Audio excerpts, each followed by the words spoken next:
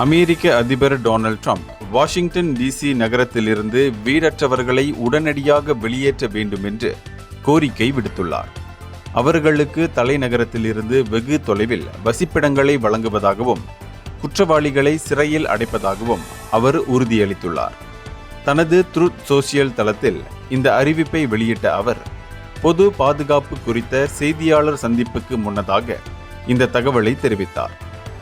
இந்த உத்தரவை செயல்படுத்துவதற்காக நூற்றுக்கணக்கான தேசிய காவல் படையினரையும் கூட்டாட்சி சட்ட அமலாக்க அதிகாரிகளையும் நிலைநிறுத்த அவரது நிர்வாகம் தயாராகி வருகிறது. ஆனால் நகரின் கூட்டாட்சி அல்லாத பகுதிகளில் மத்திய அரசின் அதிகாரம் குறைவாக இருப்பதால் இந்த உத்தரவுக்கான சட்டப்பூர்வமான அடிப்படை தெளிவாக இல்லை. மேயர் மியூரியல் பவுசர் உட்பட நகர அதிகாரிகள் வன்முறை குற்றங்கள் 30 ஆண்டுகளில் இல்லாத அளவிற்கு குறைந்து விட்டதாக கூறி ட்ரம்பின் கூற்றுகளை மறுத்துள்ளனர்.